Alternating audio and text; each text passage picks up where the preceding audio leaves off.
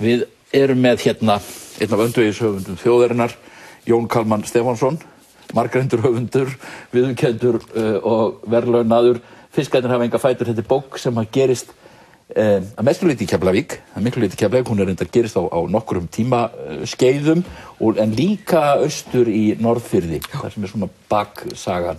Já, þetta er svona ættasaga, þetta eru 3 kynslóðir sem fjallaði, kannski mest fyrstu og svo 3.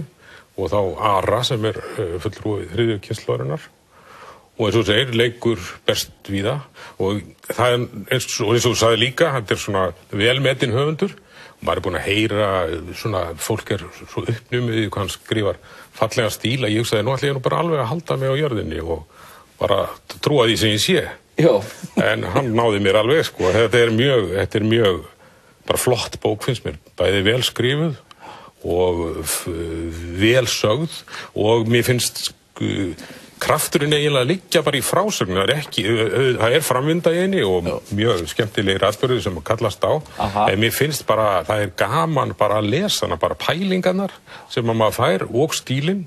Og það gerði sem að gerist nú ekki oft í mínu tilviki að ég stoppaði og bakkaði og las aðeins aftur. Þannig að ég var bara mjög ánægður með þetta verk. Hann hefur náttúrulega stíl sem maður þekkir strax aftur. Það eru svona hugleiðingar sem hann fléttar alltaf inn í, sko, ákveðin svona þemu.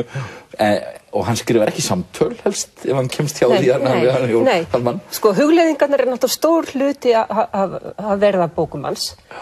Og sérstaklega þríleiknum og svo þessari bók. Og þar finnst mér hún takast nú bara einna best upp. Af því að þá hann svo vitur höfundur. Hann hefur svo, sko, hann hlýr, hann mennskur, hann hefur áhuga á manneskjunni og bara því hlutskipt að vera maður, því mótlæti sem fólk sko mætir þegar hann missir einhvern.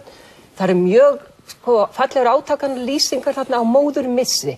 Það sem sagt móðir persónar Ara, hún deyr þegar hann ungur og það svona þögn hana. En hann svo meðvitaður þessa móður sem hann misti. Það mjög fallegt. Hann líka, finnst mér sko, pólitískar oft áður. Og það má finna þarna þjóðfélagsgagnrýni. Bæði sko, kvótakerfið, það svona ekki fallega umsögn. Skemmtilega baukinn, heila. Já, skemmtilega baukinn, það rétt orðið hjá sig. Svo líka, sko, í byrjun þá hann að fjalla sko, þörf okkar fyrir skyndilausnir. Og mikið óskaplega var það vel gert í stuttum kafla. Þannig að ég verð samt að segja, sko, Keflavík 1980 nú ekki mitt uppáhaldssögusveit.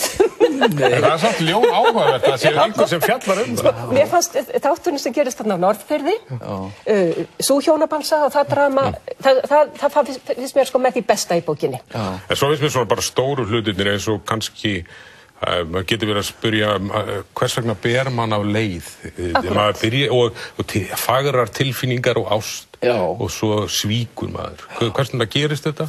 Svo til dæmis í gegnum alla bókina les ég vangaveltu stöðu konunnar, bæði sem sagt í byrjun 20. aldar og í dag og félagsmótun.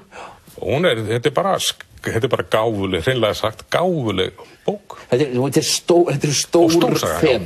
Já, þetta mjög stór. Ég sá reyndar eitt gáðasta mann þjóðarinnar með hann undir hendinni á hverju, ég vil ekki segja nákvæmlega hver það var. Nei, hann var alveg upprifinn að fannst þetta svo gáfulegt, veit ég.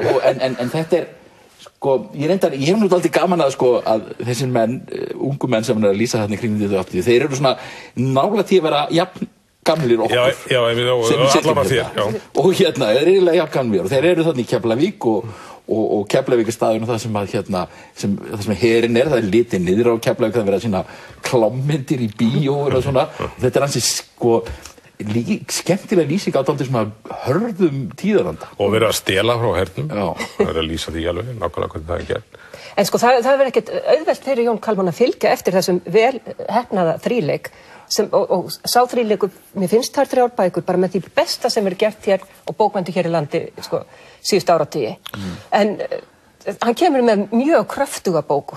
Mér finnst þetta algjörlega fullkomlega verðugt framhald af því þó að það sé ekki ekki eins og þetta mér finnst þetta mjög áhugavert einmitt að hann tekst á við samtíman. Svo tekur hann eins og lög, þú hlýtur að líka kveikt á því, er það ekki, hvernig hann gat alveg kveikt á manni með þessu Beatlalagi og Pink Floyd og svona. Svo eitt sem ég vildi endilega láta koma fram, sem að sýnir líka að hann er góður í bara svona smærri hlutum, hann lýsir hlutskipti lúðans í frystihúsinu af alveg, ég tel mig geta talað á reynslu, af miklu insight. En ég sá það var einhver maður sko, farin að svara sko, hann hafði greinilega, þessi viðkomandi maður hafði lesið ritdóm bókina, hann hafði ekki lesið bókina sjálfur og var farin að svara fyrir hönd Keflavíkur bókinni í gegnum einhvern ritdóm. Þetta gæti alveg espað einhver upp í Keflavík sko, þessi bók. Já, finnst ykkur það?